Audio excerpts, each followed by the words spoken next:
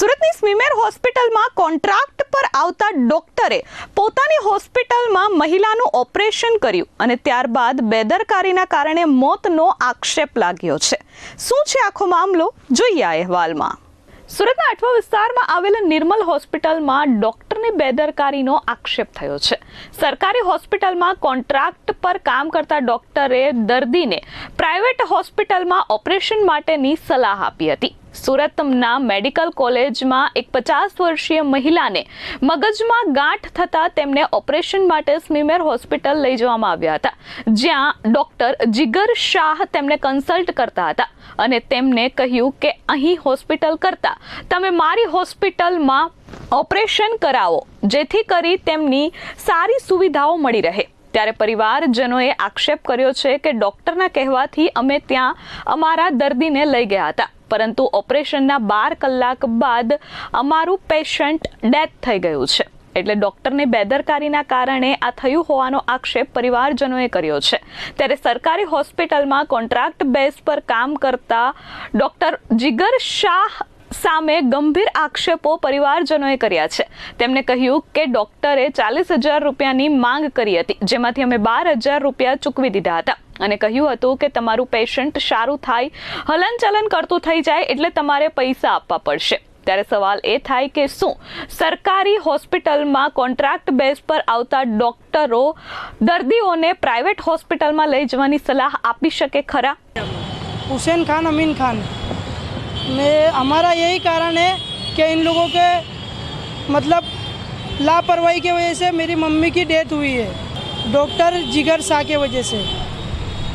हम लोग गए थे स्मीमेर हॉस्पिटल, सीटी स्कैन निकाला, डॉक्टर जिगर शाह ने वहाँ ट्रीटमेंट कर रहा था। वहाँ पे डॉक्टर जिगर शाह ने हमको ये बोला क्या मेरे हॉस्पिटल में लेके चलो, वहाँ पे 100 में 110% फ़ायदा होगा, क्योंकि मैंने 12,000 ऑपरेशन ऑलरेडी कर चुका हूँ। मेरे लिए ये दाना मुमरा वाला काम है, तो हमने इसीलिए लेके आ गए यहाँ पे। नहीं तो हमारा तो कार्ड पे कहीं भी ऑपरेशन हो रहा था अच्छे से अच्छे दवाखाने में, फिर भी उसने हमसे 40,000 रुपये की मांग भी किया, फिर भी हमने उसको हाँ बोला, क्योंकि हमारी मम्मी हमको पैसे से ज़्यादा अहमियत थी हमारी मम्मी की। हमने उसकी हर बात पे हाँ लगाया। बाकी उसने ऑपरेशन के बाद उसने बोला था कि 24 घंटे में तेरी मम्मी तेरे से बात करेगी ना, जब भी मुझे पैसा देना। बाकी ना मेरी मम्मी का कोई मूवमेंट हुआ ना कुछ हुआ।